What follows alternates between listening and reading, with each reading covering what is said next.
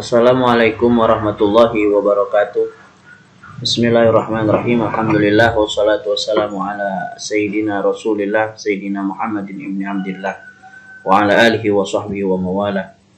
Amma ba'du, siswa-siswi kelas 5 yang Pak Guru banggakan, bagaimana kabar kalian hari ini? Semoga kalian semua dalam keadaan sehat afiat, penuh keberkahan, dijauhi dari segala bahaya, dan mudah-mudahan kita semuanya juga senantiasa diberikan perlindungan oleh Allah Subhanahu wa taala. Amin ya rabbal alamin. Anak-anakku yang Pak Guru banggakan, hari ini kita melanjutkan pembahasan kita di pertemuan yang kedua tentang surat At-Tin. Kemarin kita membahas tentang bagaimana cara membaca surat At-Tin yang benar. Dan hari ini kita tidak jauh berbeda, hanya saja kita ada pengembangan tentang beberapa hal di dalam surat At-Tin. Anak-anakku yang Pak Guru banggakan, di layar kalian sudah terlihat kita latihan membaca Iqra terlebih dahulu. Sebelum kita mulai, kita bisa baca bersama-sama. Ini dia Iqra 3. Kalian pasti tahu kemarin kita telah belajar matobi. Matobi itu tandanya ada alif, ada fathah, ya, ada waw sukun, ada dhammah, ya, kemudian ada ya sukun, ada kasroh, ya. Ini ada ya sukun yang tidak ada barisnya, itu sukun. Sekarang kita baca bersama-sama. Ya khafuna, silahkan. Yasuquna, la yufuna, yuhituna, yudhi'una, yuriduna, faja'alu, wa zalamu, lazuqu, janahu, lanudhiquhu, fa'aqaruha. Jadi kalau kita lihat yang barusan kita baca itu, kita sedang belajar tentang matobi', di mana matobi' adalah pelajaran yang minggu kemarin kita pelajari.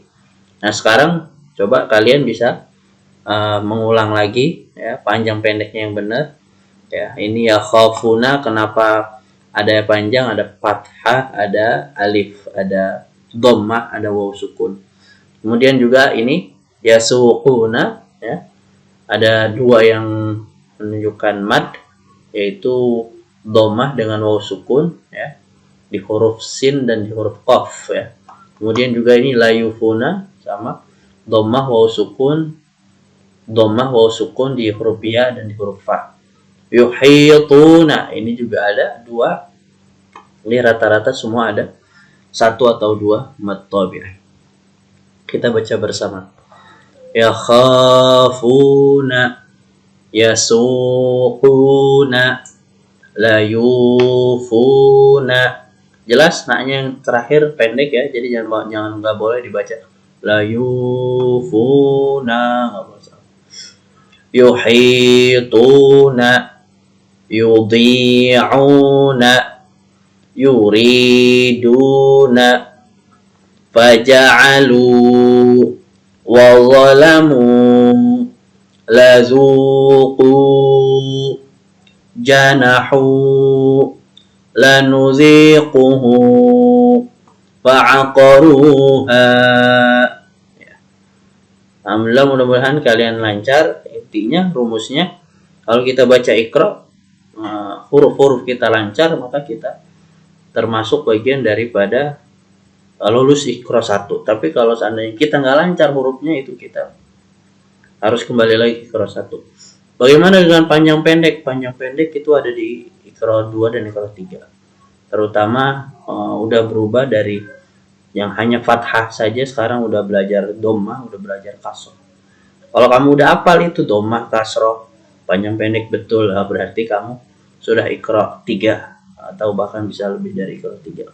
Tapi kalau seandainya kamu tidak bisa, dhammah kamu salah, fathah kamu salah, kasroh kamu salah, berarti kamu harus belajar lagi qiraat 3 ya.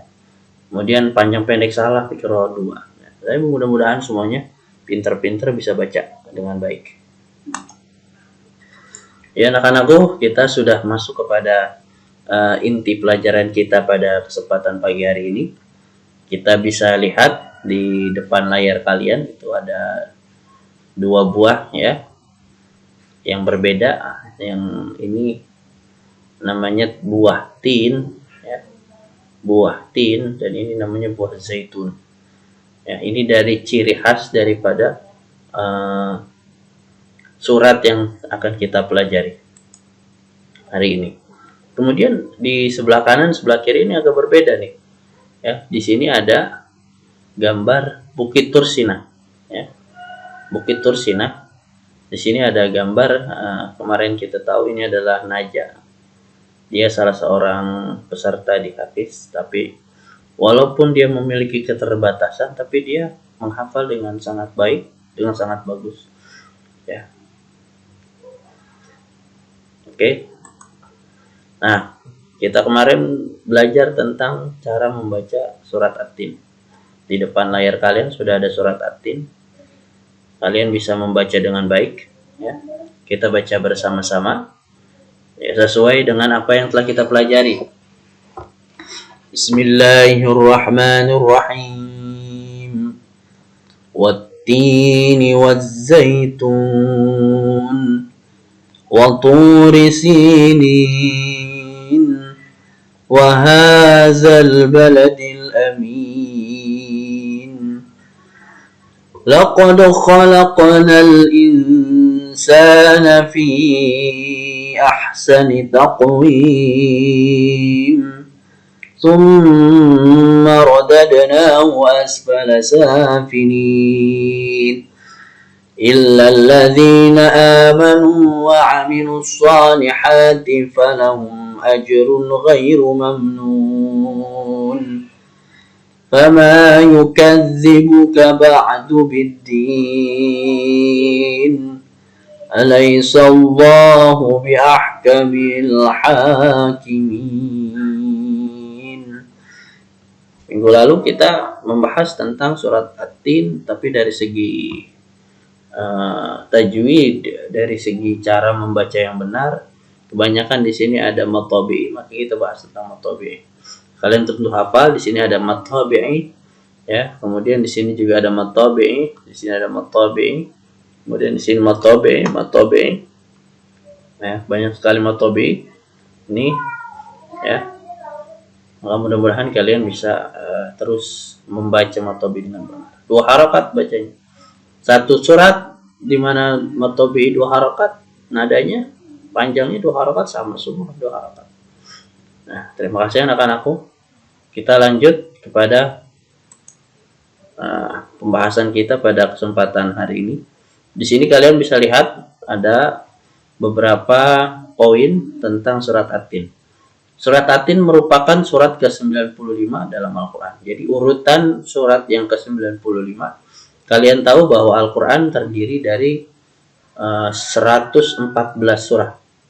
Ya, kemudian dari 114 surat itu Al-Quran juga memiliki 6.666 ayat.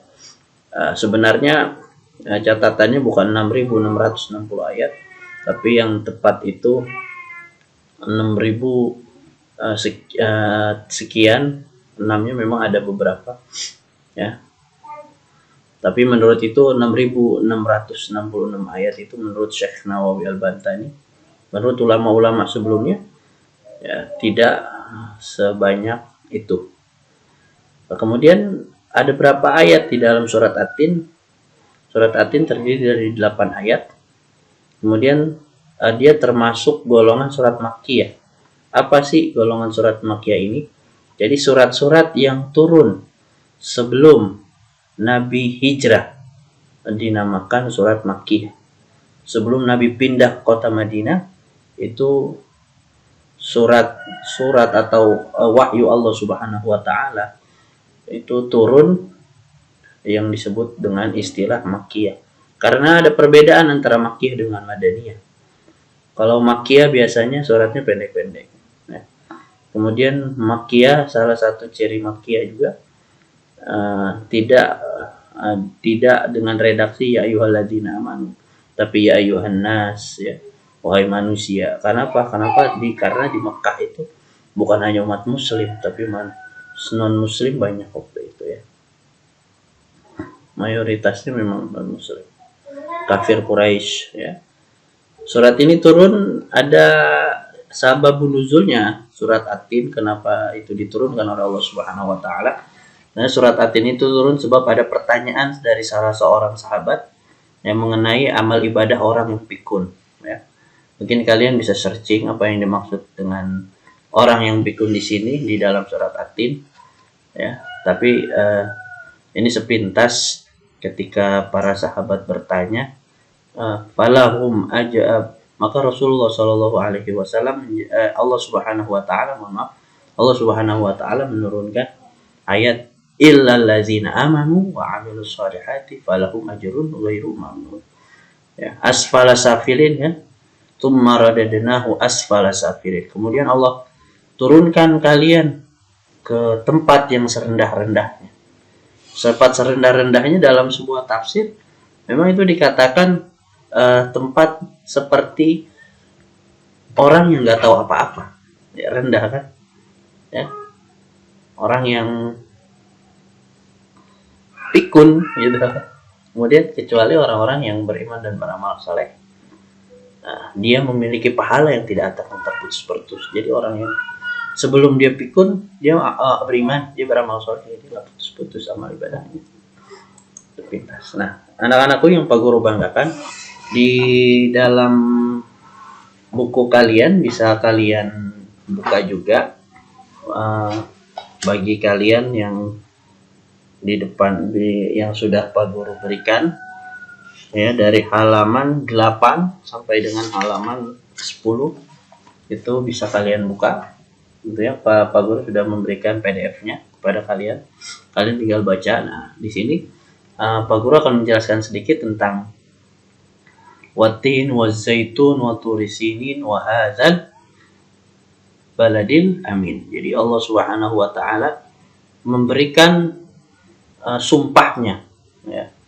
Sumpahnya Allah Subhanahu wa taala sandarkan kepada tin wa zaitun wa turi sinin wa hadzal baladil amin.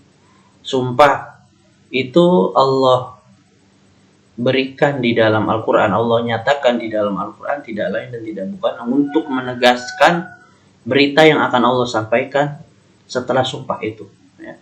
Jadi ada sesuatu yang penting yang harus diperhatikan di dalam surat tersebut. Apa pesannya? Kenapa? Bahkan Allah di sini sampai bersumpah tentang watin wa zaitun, demi buah tin dan buah zaitun. Apa sih buah tin dan buah zaitun? Ada yang katakan buah tin dan buah zaitun itu adalah buah yang ada di dalam surga ya, yang ketika Nabi Adam dan Siti Hawa sebelum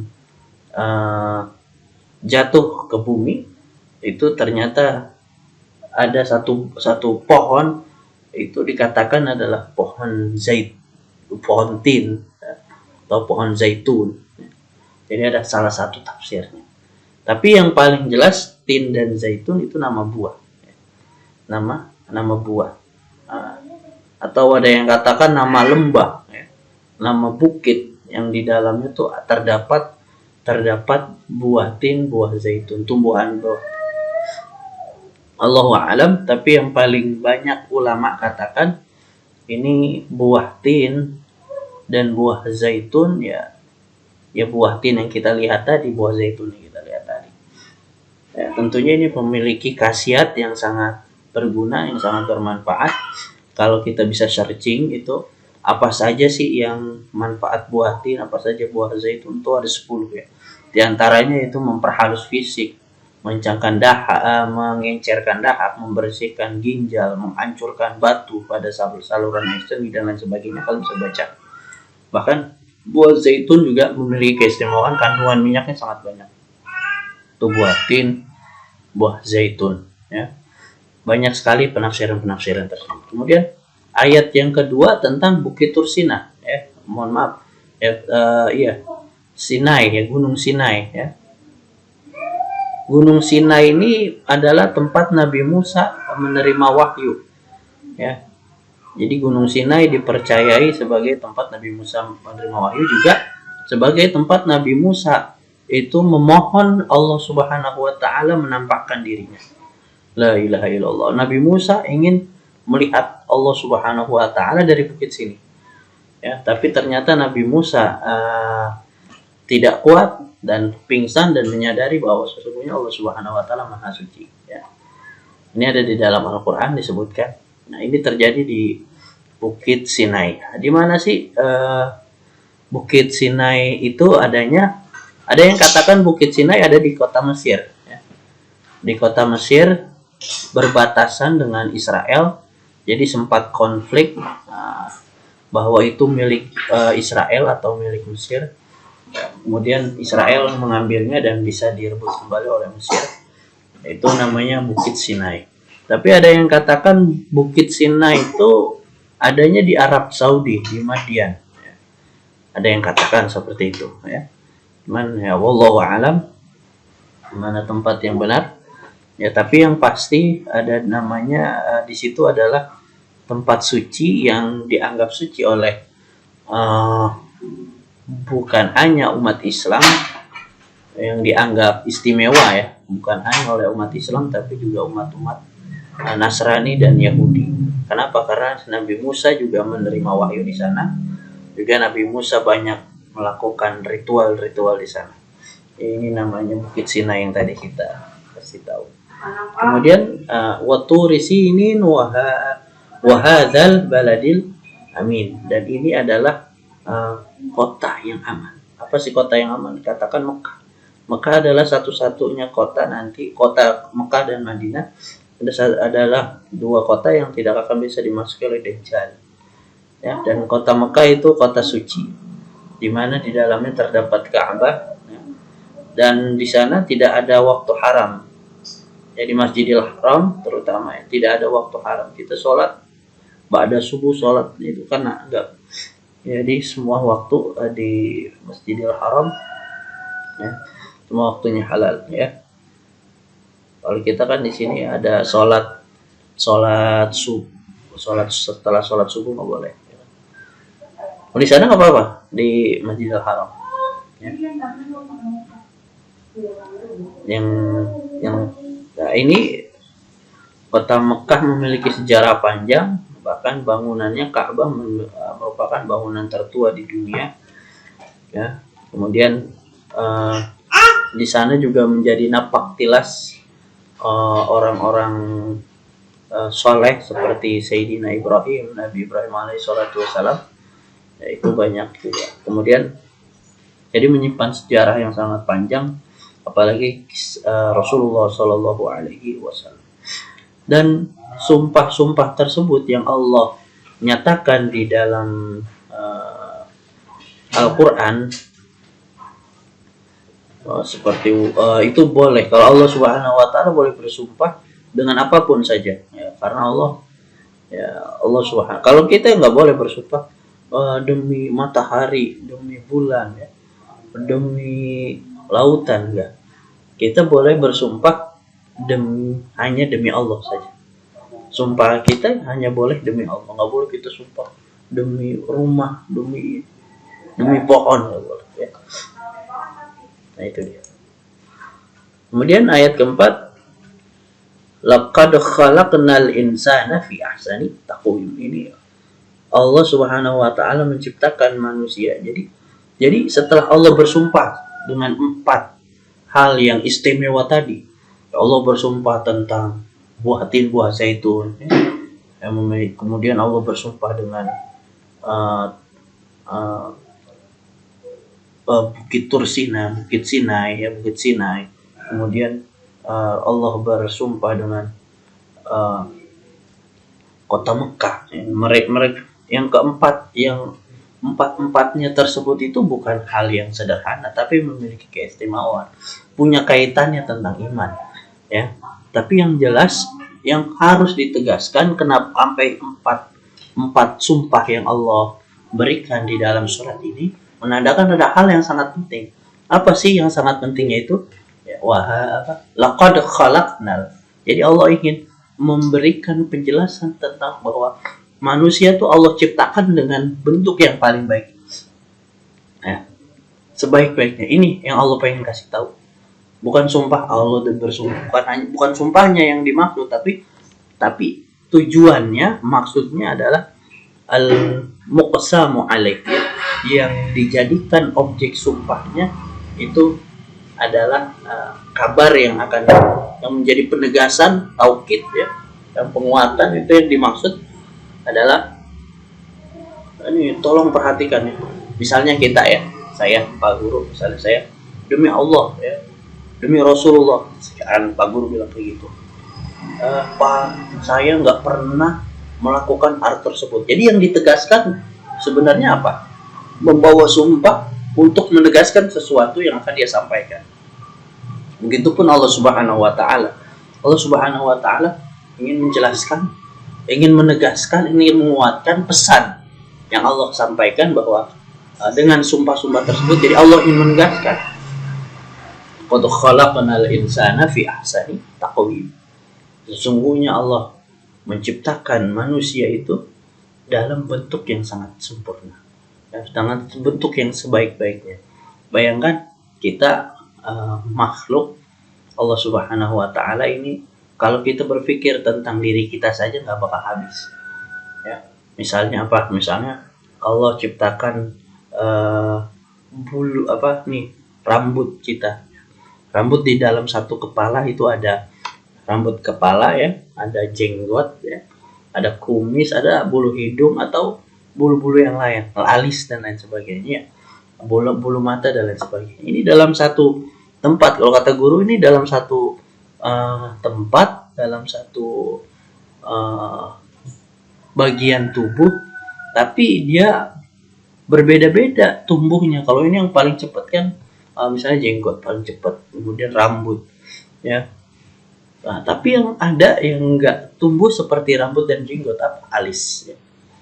Coba, ya. Kemudian bulu mata, ya, karena mungkin fungsinya beda-beda, ya. Jadi Allah, padahal nutrisinya sama, vitaminnya sama, tapi beda. Oh iya ya, ini kok beda ya tumbuhnya, ini bisa panjang, ini kok nggak bisa panjang-panjang. Nah, kalau seandainya ini bisa panjang kayak rambut, repot, ya. Ya, kalau ketika kita dipanggil sama orang tua karena rambut, dengan alis kita panjang kayak rambut, kita bukan lu orden kita, ya. Muhammad Nanda, langsung lupa apa gitu kan. La ilaha illallah. Nah, kemudian yang tidak dimiliki oleh makhluk lain, semua bentuk makhluk yaitu ya, jadi yang paling sempurna bukan malaikat. Justru yang paling sempurna adalah manusia. Kenapa bisa manusia lebih sempurna daripada malaikat? Kita bisa lihat dari peristiwa Isra wal Mi'raj. Isra wal Mi'raj itu malaikat Jibril nggak bisa nemenin Nabi Muhammad pada satu posisi, di mana malaikat Jibril kalau seandainya dia masuk ke tempat itu akan hancur. Nah, ini disebut, tapi Nabi Muhammad nyantai aja masuk ke dalam, ya, ketika ingin bercakap-cakap, bertemu, memenuhi perintah Allah tentang sholatnya. Itu namanya fi ahsani taqwim.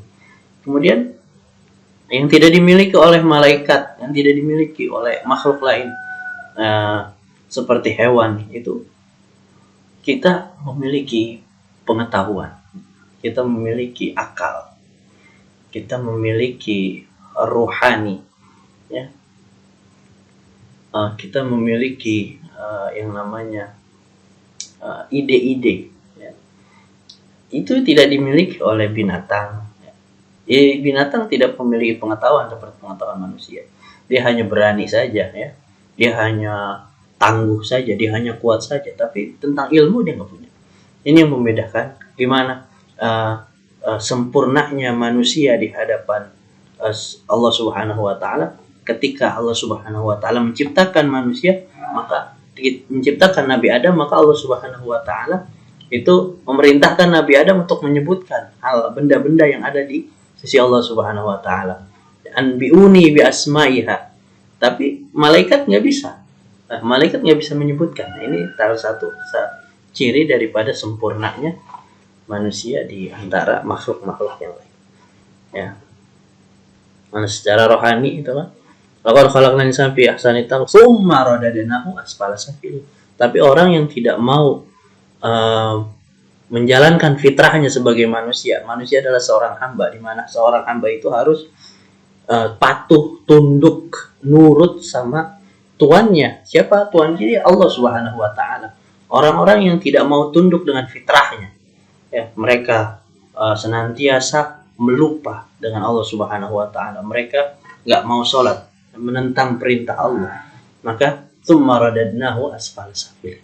Kemudian Allah akan bisa saja orang yang sempurna, makhluk yang sempurna seperti manusia ini, Allah jatuhkan serendah-rendahnya, bahkan lebih rendah daripada hewan, gitu kan.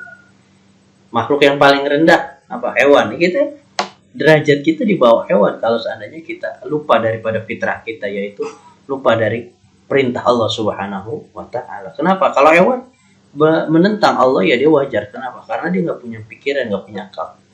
Tapi para manusia udah punya pikiran, punya akal. Karena itu kita sekarang berpikir, ini corona, musibah. Ya, kalau dalam kacamata orang-orang agama, orang-orang beriman, tidaklah Allah Subhanahu wa taala memberikan satu bencana, satu musibah di satu kaum, ya sebab Allah punya tujuan. Ya.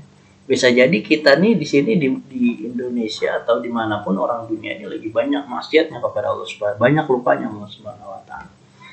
Kalau seandainya Allah sayang sama kita, tentu Allah Subhanahu wa taala turunkan bukan bala tapi kasih sayang. Nah, ini salah satu muhasabah buat kita. Maka kita udah tahu ini cobaan, ini ujian, bahkan bisa jadi ini adalah merupakan sebuah teguran, tapi kenapa kita masih berani maksiat? Itulah ya.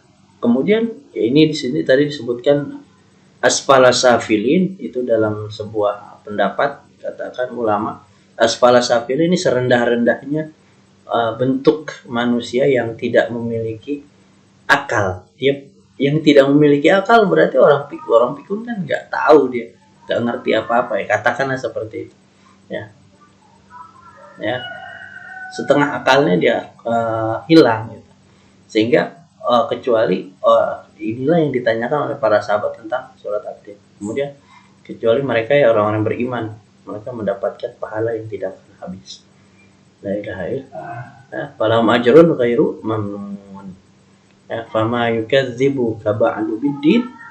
Ya bagaimana kalian kok bisa, ya?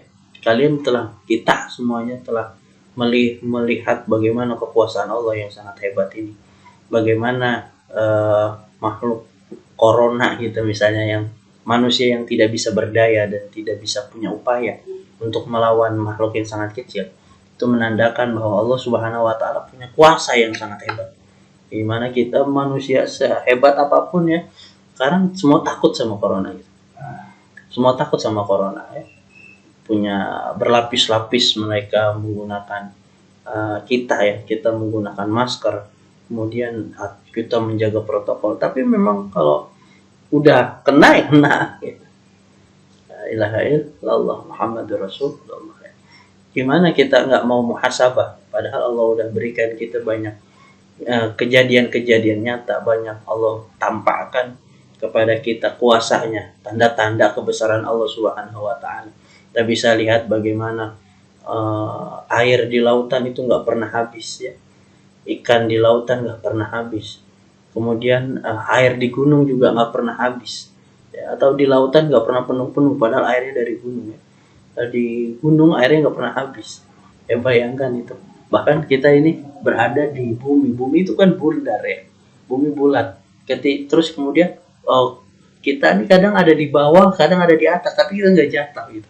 Itu namanya gravitasi. Padahal ada gravitasi ya, tapi kita nggak jatuh gitu ya. Ini nggak berlaku untuk gravitasi. Ketika kita di bawah, ya kita nggak jatuh. Itu siapa yang bisa membuat seperti itu kalau bukan Allah Subhanahu wa Ta'ala? Bahkan itu perputarannya kan sangat kencang, tapi nggak ada yang orang pusing di jalan tuh gimana nggak ada. Karena yang terakhir, Imarat Nas alaihissallahu biahkamil hakim. Maka Allah memberikan muhasabah kepada kita, bertanya kepada kita, bukankah Allah nanti sebaik-baiknya pengadil, ya, hakim, ahkamil alaihissallahu biahkamil hakim. Allah, bukankah Allah Subhanahu wa Ta'ala itu seadil-adilnya hakim nanti yang akan mengadilkan kita di hari kiamat. Allah ngasih perintah kepada kita, ya, kita tidak melaksanakan, ya, maka Allah Subhanahu wa Ta'ala berikan gambaran bahwa kita ini serendah-rendahnya makhluk, serendah-rendahnya ciptaan, ya. Kemudian, ya, kok masih ada juga orang yang tidak mau mengikuti perintah Allah. Masih ada juga Allah berikan semacam permisalan-permisalan, tapi kita masih tetap aja ngeyel. Nah, maka Allah katakan alaihissallahu biahkamil hakim. Maksudnya nanti ya. Nah, tahu kan Allah tuh maha adil, gitu kan. Seadil-adilnya hakim tuh Allah, tahu kan. Nah, kita Masya Allah, mudah-mudahan bisa mempelajari banyak daripada pelajaran hari ini. Dan semua ayat ini kita, kesimpulannya apa sih? Apa yang ada di dalam Al-Quran harus diresapi, ya, harus kita tadabburi, ya, harus kita renungi, ya. Di dalam Al-Quran itu ada pesan moral bahwa kita bukan hanya sekadar membaca, tapi kita meresapi, merenungi tentang, ada Allah bersumpah tentang 4 hal yang tadi kita telah sebutkan, tentang surat tin wa zaitun, buah zaitun, Bukit Sinai, kemudian kota Mekah, ya. Tapi Allah ini untuk memberikan kabar, untuk menegaskan pesannya, bukan sumpahnya yang jadi inti, tapi yang menjadi inti adalah pesannya Allah. Pesannya apa sih? Laqad khalaqnal insana fi ahsani taqwim. Allah udah ciptain kita begitu sempurna, tapi kesempurnaan kita bisa jatuh ke derajat yang paling rendah kalau seandainya kita keluar daripada fitrah manusia sebagai makhluk Allah Subhanahu wa Ta'ala, ya. Kemudian juga Allah tegaskan, Allah memberi pesan buat orang-orang yang beriman, gak usah takut, ya. Sebab orang-orang yang beriman Allah berikan ganjaran yang tidak akan pernah habis. Alhamdulillah. Jadi orang beriman itu pahalanya mengalir terus, ya. Kemudian Allah juga memberikan pencerahan kepada kita. Allah menegaskan kepada kita, fama yukazzibuka ba'du biddin alaihissallahu biahkam. Mikir, ya, kau bisa masih ada orang yang mendustakan perintah-perintah Allah, ayat-ayat Allah, tanda-tanda kekuasaan Allah. Maka nanti lihat, ya, di hari kiamat bagaimana Allah Subhanahu wa Ta'ala akan menjadi zat yang mengadili kita semua.